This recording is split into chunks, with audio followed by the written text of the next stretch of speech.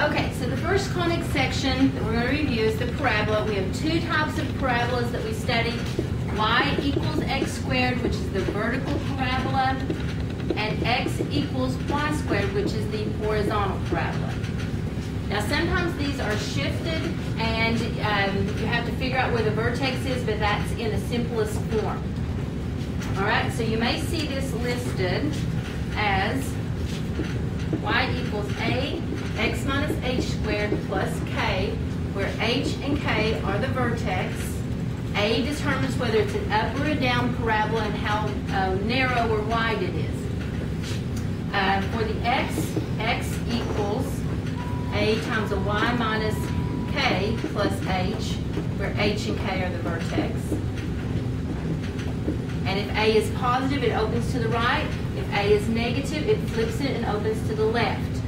If you can't tell where the vertex is, if it's not in the graphing form, like this one, then we have to use the vertex formula. So if it's in this form, are you guys okay with seeing that this is the first one? Y is to the first, x is to the second. So it's a vertical parabola. This is the x shift, this is the y shift. That's the vertex. It opens upright because the a value is positive. If it's like this, x equals y minus 3 squared plus 2. This is the second type, the horizontal parabola, where x is to the first, y is to the second. It's going to open sideways. This is the y shift, positive 3, making that the x shift, positive 2. The vertex is over 2, up 3. It opens to the right because that's positive, something like that. If it's not in this graphing format, I think I have a problem for you here, like y equals 3x squared minus 24x plus 50. I can't see where the vertex is. You could complete the square, and there's a way to do it that way, but we do have the vertex formula that works beautifully. So we do negative b over 2 times the a value, 24 over 6 or 4, and then f of that, so we plug that back in for the x's, and then that gives us the second part, which I'm going to cheat and see if I have that. I did not work it yet, so I can't cheat. 3 times 16 minus 72 plus 50, 98 minus 72 is at 26, I think. So you get a vertex of 4, and then f of 4, double check that, is that 26. 98 minus 72. I think I'm okay. Anyway, that's your vertex, so it's kind of hard to show on a little graph, but it's over 4, up 26, and then an upright parabola because it's positive. If it is an x equals something,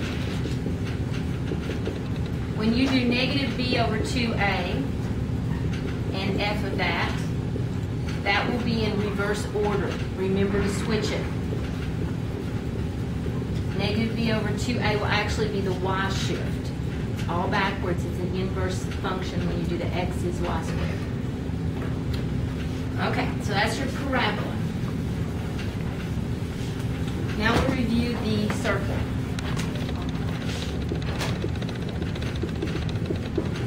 We recognize a circle has x squared and y squared with positive and equal coefficients. Its general form is x minus h squared, y minus k squared equals r squared, where h and k are the center and r is the radius. So let me go ahead and jump to one that's in expanded form. Right below that.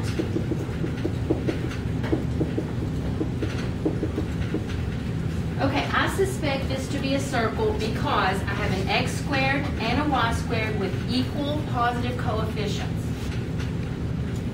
Because there's an x and a y term in it as well, that's what clues you in on all the rest of these conic sections, that you have to complete the square to find the centering. So I gather my x terms, gather the y terms, and if there are any constants, throw it across the line. 20 is already over there. To complete the square, you have to have a 1 coefficient, which we do here. Then you half the middle and square it. So half of 2 is 1. 1 squared is 1. I add 1 to the left, so I need to add 1 to the right.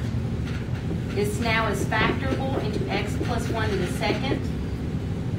Do the same thing for the y's. Half the middle is 2. 2 squared is 4. Add 4 to the left, add 4 to the right. This now factors in y plus 2 to the second equals 25, and it's in circle format. The center is -1, -2. Always changing the sign of what's in parentheses. The radius is the square root of 25, which is 5. And then we can draw our circle if needed. The third example, I won't go through the whole thing, but notice that there are 4's in front of the x squared and the y squared. And those have to be divided out before you can proceed. So the third example,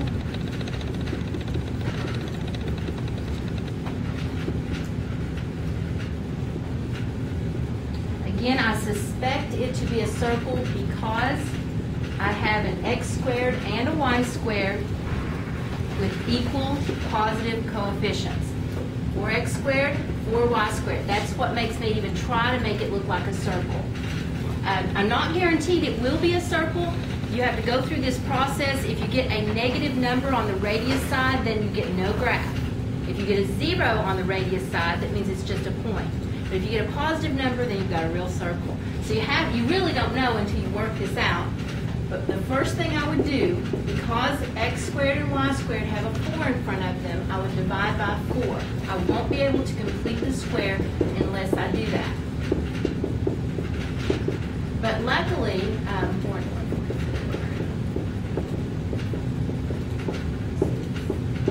so that's an equivalent equation, just dividing out the 4's. Then it's just like the problem I just worked earlier. So to save time, I won't do that, but then I wanted you to know you have to divide out the 4's. Okay, so that prepares you for then the third conic section, which is the ellipse. The only difference in the ellipse and the circle is the ellipse has different coefficients. So I can't do this trick of dividing out the coefficients. Okay, so we approach it from the other side and make it equal 1. Notice we do that for the ellipse and the hyperbola, and the reason is because of the different coefficients on the x squared and the y squared. Okay, so let's find one of those that we have to complete the square for.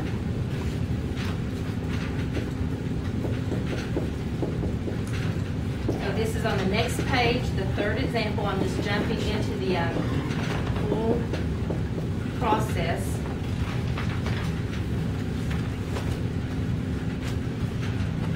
I suspect this to be an ellipse because I have an x squared and I have a y squared that are both positive but different coefficients. So similar to the circle but different coefficients. Because I cannot divide out by just one of those numbers, I start by gathering the x's together, gathering the y's together. And then I factor out what's in front of the x squared. Because I can't divide through by the 4 evenly and get a good result, I just want to factor the 4 out of these first two terms. You can't complete the square unless that's a 1x squared. Factor the 9 out of the y's. And that negative 49 is still over on the right side.